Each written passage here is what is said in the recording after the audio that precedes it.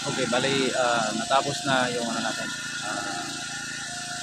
Good morning mga kapatid. Bali ngayon mga kapatid, ang ikan din natin sa pag-apply ng website. So, bali ganda. So dito natin i-stop so itatanin yung palayan. So, papalayan. So ito yung ano namin stamp. So ngayon, start na ako mag-apply na. Bali ngayon mga kapatid, yung gamit natin na herbicide yung Roundup. Roundup naman.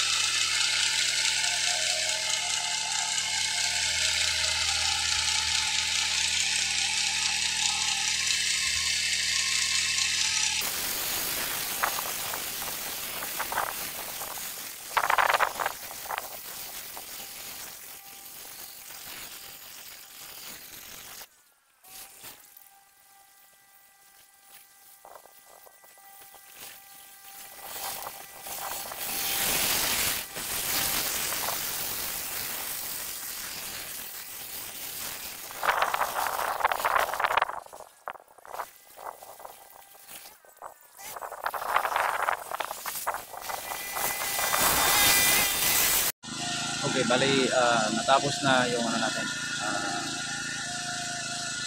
Tatlong load ng spray tank.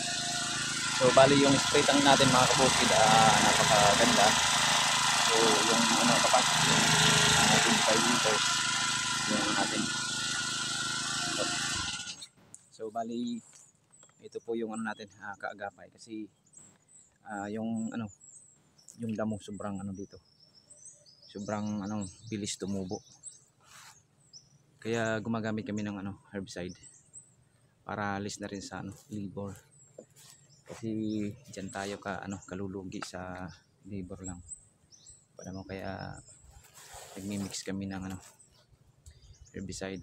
And then gumagamit din kami ng mga foliar fertilizer para ma-balance yung yung fertility ng lupa. Kasi pag puro herbicide yung nyo, possible din na masira yung natin lupa.